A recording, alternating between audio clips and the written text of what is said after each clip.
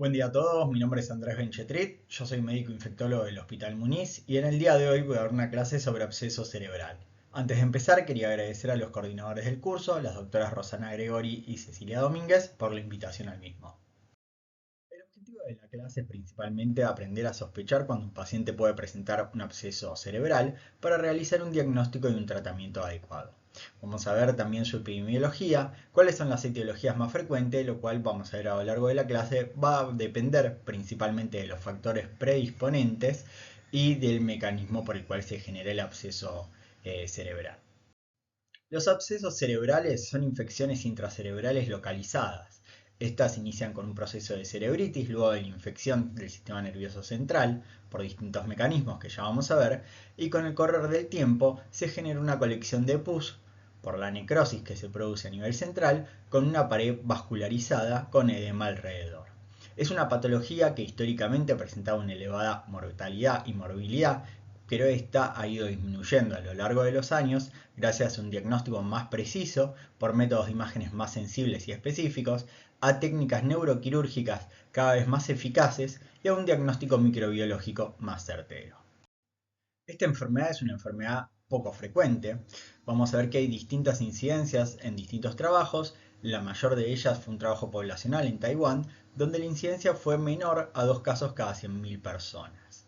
Es una patología que históricamente un 25% de los casos se da en niños, pero en este trabajo realizado en Finlandia podemos ver que en los últimos años la incidencia en niños es cada vez menor y cada vez mayor en adultos. Por lo cual hoy en día es una enfermedad más frecuente en adultos de entre 30 y 50 años, si bien en el trabajo que nombré en Taiwán vemos que la población que tiene una mayor incidencia es cada vez una población mayor. También es una enfermedad que es un poco más frecuente de ver en el hombre que en la mujer, ¿sí? Y es una población más común en pacientes inmunocomprometidos, si bien no hay una incidencia real estudiada en esta población, trabajos en pacientes trasplantados estiman que la incidencia es 10 a 20 veces mayor que en la población inmunocompetente. Como dijimos, el absceso cerebral inicia con un proceso de cerebritis. Este se estudió bien en modelos animales, principalmente con infecciones por estreptococos alfa-hemolíticos. La mayor defensa que tenemos contra los abscesos cerebrales es la barrera hematoencefálica, ¿sí? Pero una vez que se atraviesa esta, la infección en el tejido encefálico se produce con inóculos bacterianos muy bajos. Inicia una fase de cerebritis temprana donde vemos la infiltración por bacterias con una respuesta inflamatoria que va a ir madurando y generando una respuesta con macrófagos, fibroblastos para generar hacia los 10 días una cápsula temprana con depósito de colágeno alrededor de un área central de necrosis que va a madurar ya hacia las 2 semanas. Esta cápsula, cuando está bien formada, va a presentar un centro necrótico, como vemos abajo a la derecha en la imagen izquierda, con una zona periférica, con un gran infiltrado inflamatorio con macrófagos y fibroblastos, con una cápsula de colágeno densa que la rodea y por fuera un área de neovascularización, ¿sí? Con astrogliosis y edema cerebral externos a la cápsula. Los abscesos cerebrales, como dijimos, son patologías poco frecuentes que suelen ser complicaciones de infecciones de otras áreas. Lo más común es que sean infecciones adyacentes, ¿sí? Y que el absceso se dé por contigüidad a partir de infecciones de vía aérea superior como otitis, mastoiditis, sinusitis. También puede ocurrir que la infección sea por una herida penetrante, posterior a un trauma o una neurocirugía. Este mecanismo genera más o menos el 40 al 50% de los abscesos cerebrales, mientras que infecciones a focos a distancia y diseminación hematógena, como puede ocurrir en una endocarditis, en un foco intravascular, respiratorio, ¿sí? Generan entre un 30 y un 40% de los abscesos cerebrales. Vamos a ver que en esta revisión realizada en 2014, donde se evaluaron más de 8.000 pacientes con absceso cerebral, las causas más frecuentes o los factores predisponentes más frecuentes eran infecciones de vía aérea superior, otitis, mastoiditis, sinusitis, patología cardiovascular en general congénita, ¿sí? Con trastornos en la circulación arteriovenosa, postraumáticos y por diseminación hematógena secundaria a distintos focos. Es muy raro que una meningitis se complique con un absceso cerebral, esto es un poco más frecuente en meningitis por listeria, y hay entre un 10 y un 20% de abscesos cerebrales cuyo mecanismo de generación es desconocido.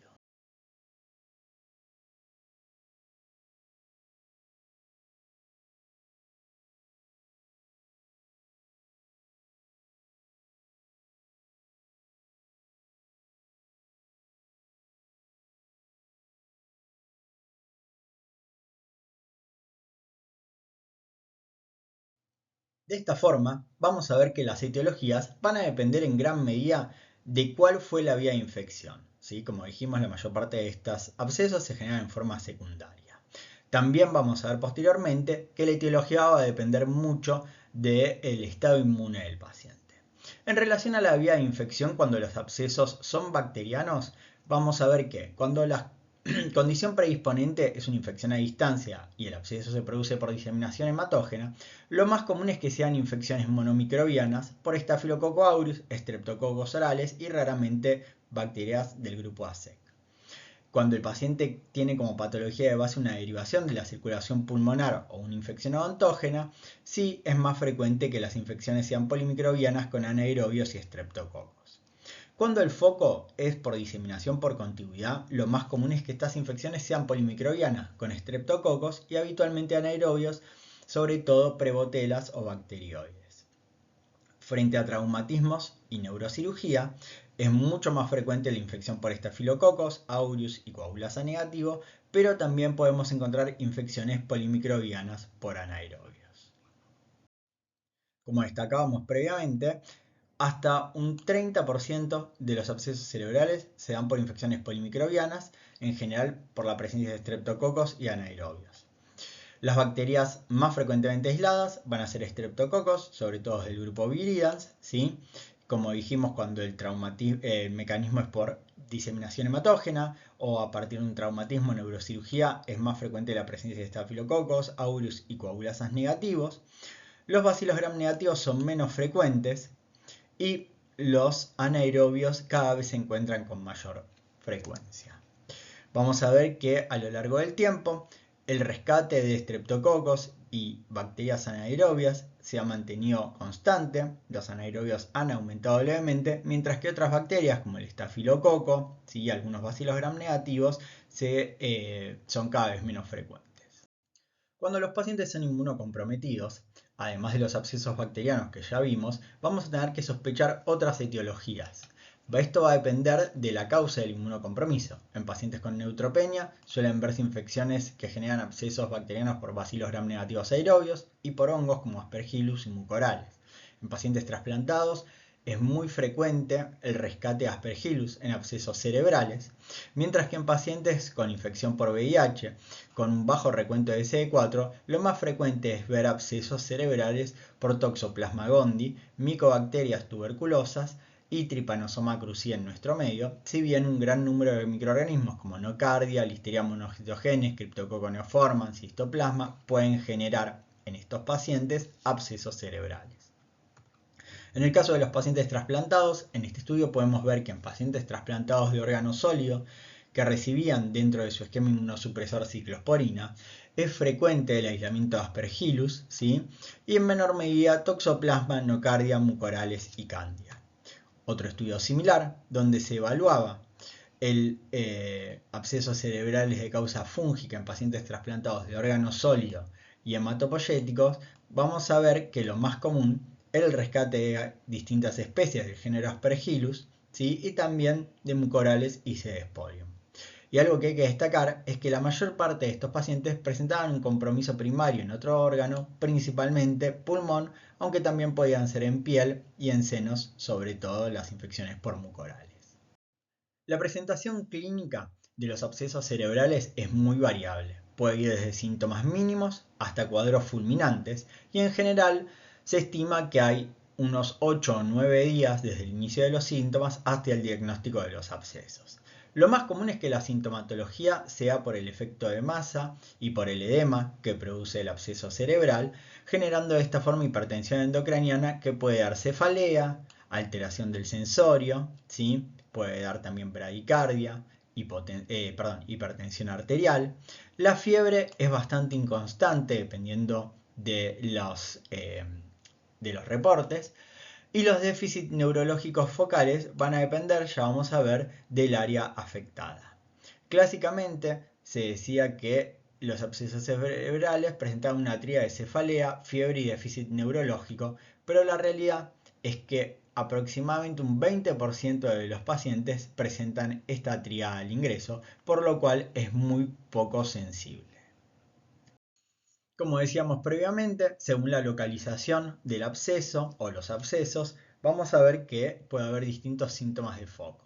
Abscesos frontales, que vemos principalmente secundarios a infecciones de los senos, pueden presentarse como trastornos de conducta, deterioro del sensorio, hemiparesia, disartria y afasia de expresión, si afectan el hemisferio dominante. Abscesos que se encuentran en el lóbulo temporal, que son más frecuentes de ver secundarios a otitis o a sinusitis esfenoidal, pueden presentar afasia de comprensión si se dan en el hemisferio dominante, y cuadrantopsia homónima superior. Abscesos en cerebelo, que también son frecuentes de ver en pacientes con abscesos secundarios otitis, pueden generar ataxia, nistagmo y dismetría, y los que se presentan en el tronco encefálico pueden dar compromiso de pares craneales y síndromes alternos. En la revisión que nombré previamente, realizada en 2014, vamos a ver que la mayoría de los abscesos se da a nivel frontal y temporal, en menor medida parietal, occipital y ganglios de la base. Y que más del 80% de los pacientes presentaban abscesos únicos, mientras que los abscesos múltiples se dan en el 18% de los pacientes, siendo estos mucho más frecuentes cuando el mecanismo o el factor predisponente es la diseminación hematógena. Algunas breves particularidades en algunas etiologías puntuales que pueden generar abscesos cerebrales. Nocardia, ¿sí? Que como dijimos puede verse en pacientes inmunocomprometidos. Suele ser el absceso cerebral secundario a una diseminación hematógena a partir de un foco pulmonar, cutáneo muscular. Todo paciente con nocardiosis pulmonar, cutáneo muscular, debe realizarse una imagen del sistema nervioso central para descartar la presencia de abscesos. La tuberculosis suele dar abscesos en pacientes gravemente inmunocomprometidos como parte de un cuadro de compromiso sistémico, ¿sí? Mientras que en los pacientes inmunocompetentes es más frecuente que el compromiso encefálico por tuberculosis se vea como tuberculomas. La toxoplasmosis puede generar desde una encefalitis difusa en pacientes gravemente inmunocomprometidos a cuadros focales con abscesos cerebrales, que son los que vemos con mayor frecuencia en pacientes con inmunocompromiso celular por infección por el virus de inmunodeficiencia humana, ¿sí?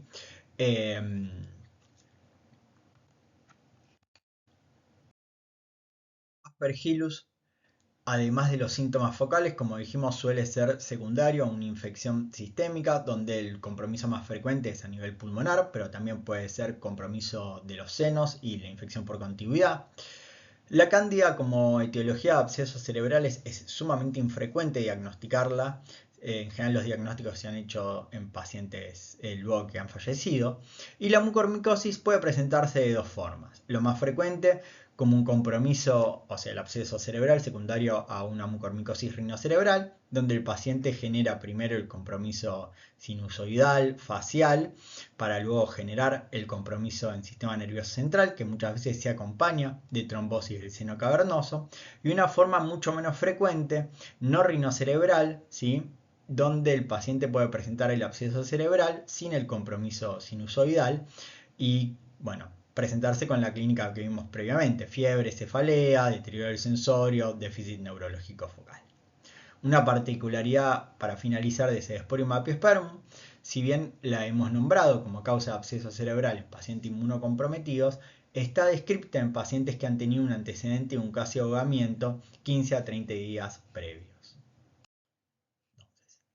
Dado que la clínica es bastante poco específica, es muy importante la realización de estudios complementarios ante la mínima sospecha para hacer el diagnóstico de abscesos cerebrales. Si bien hoy en día la resonancia magnética nuclear es el método de elección, en general es la tomografía axial computada el estudio de inicio, ya que esta es de más fácil acceso. En la tomografía lo que vamos a ver es, sin contraste, un centro correspondiente al área de necrosis, que suele ser hipodenso, rodeado de la cápsula, que suele ser iso o hiperdensa, y el área de edema circundante, que es hipodensa. Cuando inyectamos el contraste, vemos que este es captado por la cápsula en forma de anillo. Otra imagen de un absceso cerebral bacteriano, ¿sí? Donde podemos de vuelta visualizar el centro hipodenso, la cápsula que capta el contraste en forma de anillo y el edema circundante hipodenso.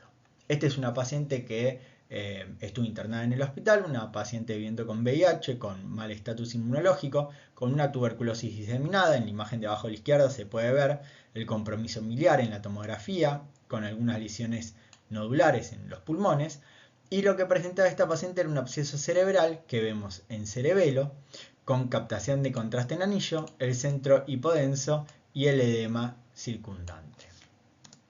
Esta es otra paciente que tuvimos internada en el hospital, otro paciente viviendo con VIH, con mal estatus inmunológico, que tenía una rhodococosis diseminada con compromiso pulmonar, con imágenes cavitadas y lesiones cerebrales que podemos ver el centro hipodenso, la cápsula iso o densa que la rodea y todo el edema circundante, ¿sí? Aquí parece haber otra lesión. Vamos a ver más adelante la resonancia de este paciente. Como decíamos previamente, hoy en día la resonancia magnética es el estudio de elección. Es un poco más sensible que en la tomografía, ¿sí? Distintas revisiones hablan de una tasa de falsos negativos en tomografía computada del 6%. El contraste es menos tóxico. Permite además identificar tempranamente lesiones en riesgo de complicación e incluso podemos evaluar la presencia de cerebritis antes de que se genere la cápsula. En la resonancia vamos a ver que en el tiempo T1 se suele ver la cápsula hiperintensa, ¿sí? Rodeada del edema hipointenso. Con el contraste vamos a ver que capta el gadolino en forma de anillo. Y en los tiempos dependientes de T2 lo que solemos ver es la cápsula hipointensa con el edema circundante hiperintenso. Hoy en día se utilizan, además de los tiempos habituales, distintas secuencias funcionales que nos van a permitir diferenciar un poquito mejor abscesos piógenos de tumores, ¿sí? Por ejemplo, la difusión y el ADC son muy útiles para diferenciar tumores de abscesos. En los abscesos, como podemos ver a la izquierda, vamos a ver que en la difusión vemos el centro hiperintenso, mientras que en el ADC el centro es hipointenso. Y los tumores suelen presentar una difusión con un centro hipointenso y un ADC con un centro hiperintenso. Igual en tumores de alto grado con mucha necrosis puede confundirse y parecerse más a las imágenes de la izquierda. También la espectroscopía va a permitir diferenciar la presencia de abscesos de lesiones quísticas por otras causas y lesiones tumorales. En la resonancia, lo mismo que en la tomografía, las distintas etiologías bacterianas, micóticas, micobacterias, suelen verse en forma muy similar. Algunas particularidades en algunos casos, la aspergilosis suele presentar infartos cerebrales de inicio que después van a evolucionar a abscesos. En pacientes gravemente inmunocomprometidos puede haber escaso o nulo realce de contraste en la resonancia. La mucormicosis rinocerebral, además del absceso, suele presentar el compromiso de los senos paranasales, la erosión ósea y la obliteración de los planos faciales profundos, y como hemos mencionado, es frecuente la presencia de trombosis del seno cavernoso. La toxoplasmosis suele dar lesiones múltiples en la unión córtico-medular y en los ganglios de la base. Y aquí, por ejemplo, para traer, esta es la misma paciente el mismo paciente que presenté previamente, el paciente que tenía la rhodococosis, donde vemos perfectamente en la resonancia las dos lesiones, ¿sí? O tres, que captan contraste en anillo con el centro hipointenso en T1, y en T2 tenemos la cápsula hipointensa con el edema hiperintenso. En el laboratorio no hay ningún parámetro que nos ayude demasiado al diagnóstico, ya que si bien es frecuente que los marcadores de inflamación estén elevados, estos son muy poco específicos. Sí es muy importante realizar hemocultivos, estos van a ser positivos en general cuando la diseminación es por vía hematógena. Podemos ver en esta revisión que el 28% de los pacientes con hemocultivos realizados tenían rescate en los mismos. Siempre es mandatorio realizar serología para VIH, ¿sí? Ya que esto puede hacer sospechar etiologías que no pensaríamos de ser el paciente, un paciente inmunocompetente, y es muy importante buscar un foco primario, a distancia o por contigüidad. La punción lumbar tiene sentido realizarla cuando sospechamos que el paciente tiene una meningitis y el absceso es secundario a la misma, cosa que dijimos es poco frecuente, salvo en casos de meningitis por listeria, sobre todo en pacientes inmunocomprometidos, donde se dice que hasta un 10% de las meningitis por listeria pueden dar abscesos cerebrales, o cuando hay una complicación principalmente por rupturas a ventrículos. Obviamente, antes de realizar una punción lumbar, hay que descartar que no haya ninguna contraindicación. De esta forma, el estudio más importante para hacer el diagnóstico de absceso cerebral de certeza y para estudiar su etiología es la toma de muestra del absceso. La muestra preferida hoy en día es por punción guiada por neuroimágenes, principalmente por tomografía o resonancia. Si bien históricamente se realizaba con una corona, hoy en día la neuronavegación, ¿sí? con métodos más modernos, ha evitado el uso de la misma y permite procedimientos mínimamente invasivos, disminuyendo el riesgo de complicaciones. En todo paciente que sospechamos un absceso cerebral sin diagnóstico etiológico, que tenga abscesos mayores a un centímetro, estaría indicado realizar la punción aspiración por estereotaxia. Es muy importante realizar un rápido procesamiento dentro de la hora de la toma de muestra y hay que solicitar los estudios adecuados. En general lo que se recomienda es mandar frascos de hemocultivos, idealmente 2 de 10 mililitros, pero todo va a depender del volumen que uno pueda extraer. Esto es tanto para el estudio bacteriano aerobio como anaerobio. Y además enviar tubos secos para realizar distintas tinciones, Gram, Kinshun, Sil-Nielsen, dependiendo de la sospecha, cultivos en medios de rutina, estudios moleculares. Los estudios de secuenciación del ADN ribosomal han aumentado el rédito. Distintos estudios hablan de que el rédito puede aumentar de un 66 a un 83% cuando se utiliza biología molecular, si bien algunos autores ponen el foco en que la biología molecular ha encontrado como aislamientos de gérmenes que poco probablemente generen el absceso cerebral, por ejemplo, gérmenes intracelulares como micoplasma.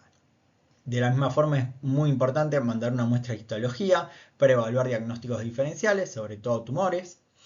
Y en el caso de ser pacientes inmunocomprometidos, obviamente estudiar otras etiologías micológicas, parásitos, micobacterias.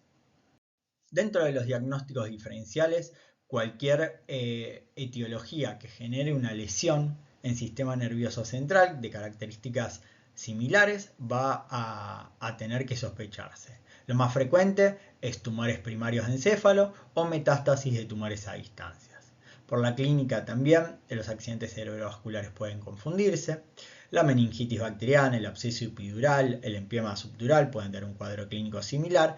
Y por las imágenes, algunas enfermedades infecciosas que generan lesiones quísticas, como el quistígatico y la neurocisticercosis, también pueden confundirse con un absceso cerebral piógeno o por otros agentes.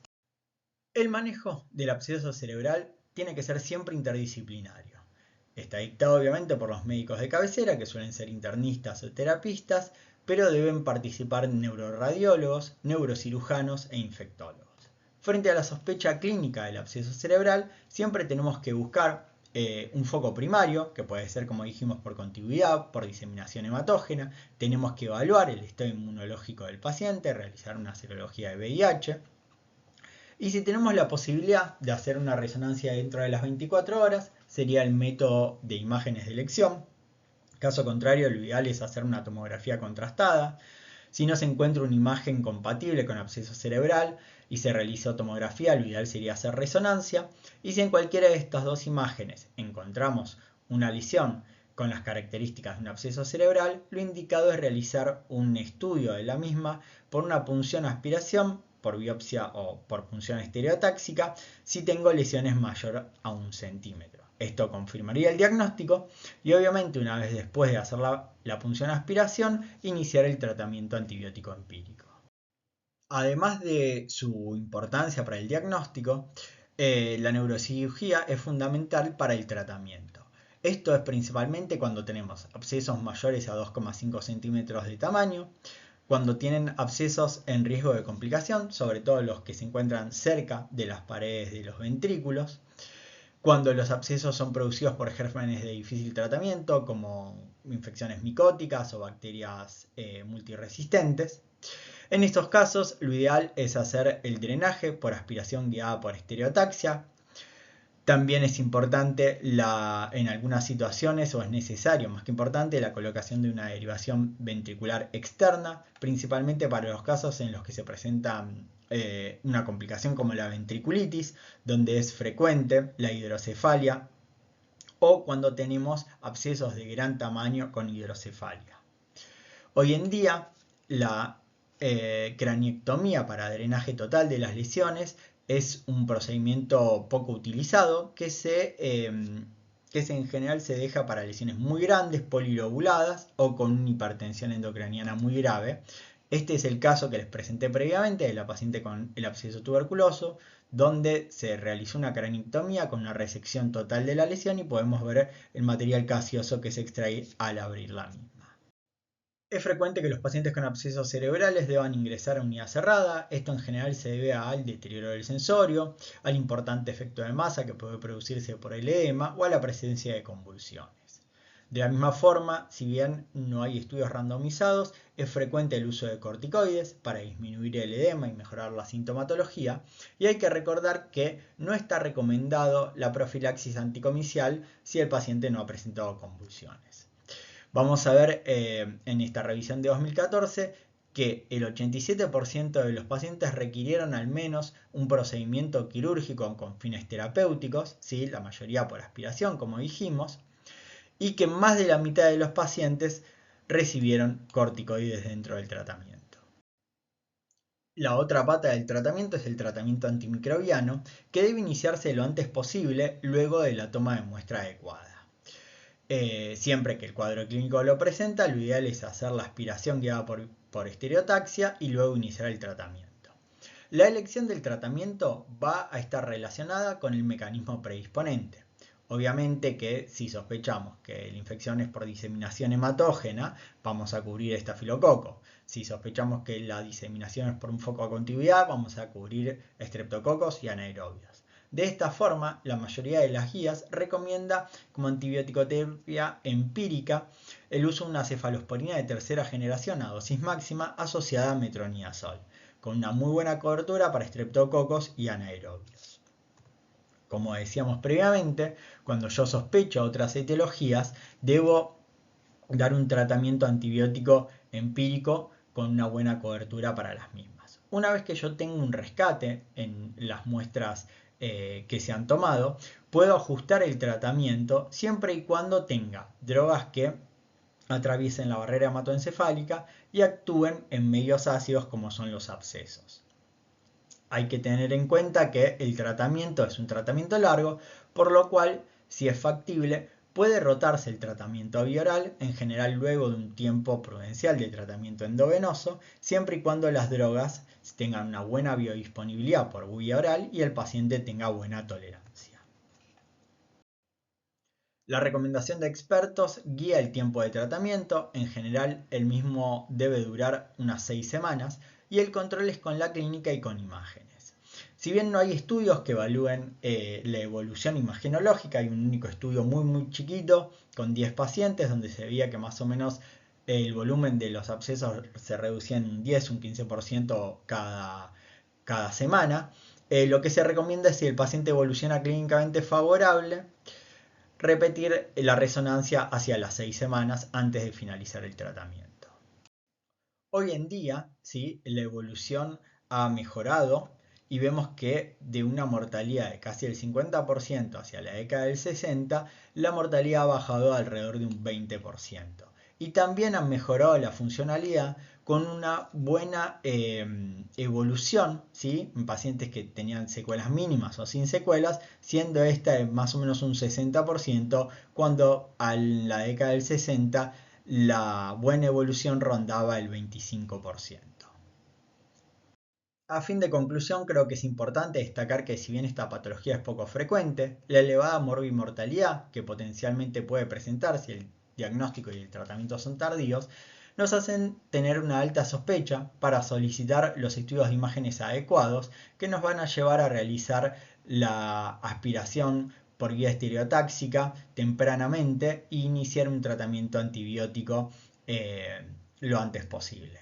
Siempre tenemos que sospechar el agente etiológico en base al mecanismo de infección, ¿sí? Si es por contigüidad, si es a distancia, y sospechar la etiología en base al estado inmune del paciente. Muchas gracias a todos por su atención y les dejo mi dirección de correo electrónico por cualquier duda o sugerencia.